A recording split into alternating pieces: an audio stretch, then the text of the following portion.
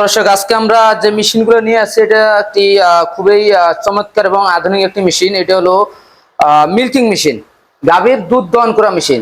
তো আজকে আমরা যে মেশিনগুলো নিয়ে কথা বলবো, এখানে বেশ তিনটা কোয়ালিটি আছে। এখানে চায়না, তুরস্ক মিলে মোট তিনটা কোয়ালিটি আছে। তো আজকে আমি যে মেশিনটা নিয়ে কথা বলবো, সবার আগে ছোট মেশিন যেটা দেখতে পাচ্ছেন, এটা হলো China 15 litre can capacity milking machine. এর আগে চায়না যতগুলো মেশিন আসছিল এরকম ট্রলি সিস্টেম ছিল না, শুধু এই ক্যানটাই ছিল।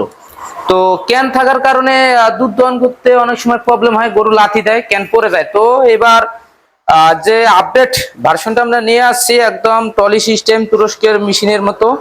তো এটা হলো আপনার পাওয়ার অ্যাডাপ্টার সিস্টেম। এটা এক চার্জে 2.5 থেকে 3 ঘন্টা চলবে। এটা রানিং কোনো বিদ্যুতের প্রয়োজন নাই। এটা চার্জ করে রাখলে যে কোনো জায়গায়, পাহাড় বলেন বা অনেক গ্রাম অঞ্চল আছে, অনেক নদী অঞ্চল আছে, কারেন্ট থাকে না, তো তাদের ক্ষেত্রে এই মেশিনটা বেস্ট। এক চার্জে 2.5 থেকে 3 ঘন্টা চলবে। এবার পাশে যে মেশিনটা দেখতে পাচ্ছেন, এটা হলো তুরস্কের বর্বরাস। তো এতদিন আমরা যে মেশিনগুলো নিয়ে কথা বলছিলাম মেলাস্টি ব্র্যান্ড, তো আজকে আমরা মেলাস্টির পাশাপাশি একটু যারা কম বাজেটের ভেতর মেশিন খুঁজে এবং বেস্ট কোয়ালিটি কম বাজেট, তাদের জন্য এই বর্বরাস মেশিনটা আমরা নিয়ে আসছি। এটা হলো 25 লিটার ক্যান ক্যাপাসিটি এবং আপনার এসএস এর ক্যান।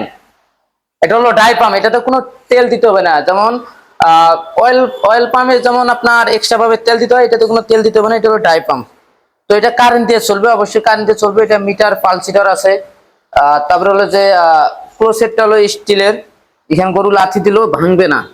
এবং এটা চাক্কা সিস্টেম, খুব সুন্দরভাবে ইজিলি ভাবে এক জায়গা থেকে আরেক জায়গায় দুধ দহন করে পরিবহন করে নেওয়া যাবে। আর পাশে যেটা দেখতে পাচ্ছেন, এটা তো এর আগে এই মেশিনে অনেক ভিডিও করেছি আমি। তো এটা একদম আপডেট লেটেস্ট মডেল আমরা নিয়ে আসছি। এটা হলো প্রথমত এই মেশিনটা হয় 25 litre can capacity, 4 litre compressor হাওয়া। তো আমরা যে আপডেট মেশিনটা নিয়ে আসছি, এটা 25-এর জায়গায় 30 লিটার ক্যান ক্যাপাসিটি, ক্যানটা হলো অ্যালুমিনিয়ামের। তো এই মেশিনে আপডেট এটা সর্বপ্রথম আছে 5 লিটার ক্যান বাড়ছে। এবং এইখানে দেখেন এসএস এর ক্লোসেট এসএস এর, এবং পাইপটা হলো 6.5 থেকে 7 ফিট লম্বা থাকে, যা এক জায়গায় মেশিন রাখার পর 7 ফিট দূরত্বে দুধ দহন করা সম্ভব খুব সুন্দরভাবে, ইজিলি ভাবে। গাভী যদি লাথিও দেওয়ার চেষ্টা করে, তো মেশিনের গায়ে লাথি লাগবে না। তো এটা কারেন্ট দিয়ে চলবে। এটা মোটর খুবই সীমিত মোটর, বাসাবাড়ি লাইনে চলবে, 1 গোড়ারও কম।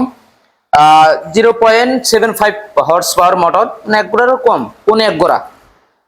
তো এই মেশিনগুলো ব্যবহার করার ক্ষেত্রে যে খামারে যে সুযোগ সুবিধাগুলো, সেগুলো হলো একটা খামারকে আধুনিক খামারে তৈরি করার জন্য, একটি খামারকে আধুনিক খামারে রূপান্তরিত করার জন্য এই মেশিনগুলো বেস্ট।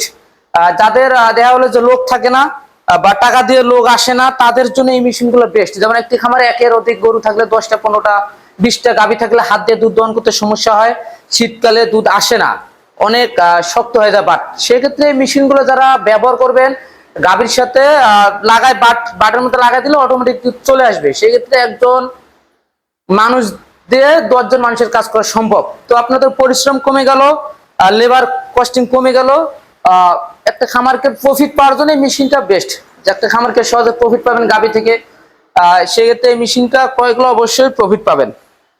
এবং এই মেশিনগুলো সহজে কিছু হয় না, এগুলো আমরা 2 বছরের সার্ভিস ওয়ারেন্টি দিয়ে থাকি। এবং যে তুরস্কের এই মেশিনে দেখতে পাচ্ছেন মেলাস্টি, এই মেশিন দিয়ে যদি গাভীর কখনো ক্ষতি হয়, আমরা সম্পূর্ণ টাকা গাভীর রিটার্ন দিয়ে দেবো, এরকমও গ্যারান্টি দিয়ে থাকি আমরা। এটা এতটাই আপডেট এবং বেস্ট কোয়ালিটি, ওয়ার্ল্ডের মধ্যে সেরা মেশিন।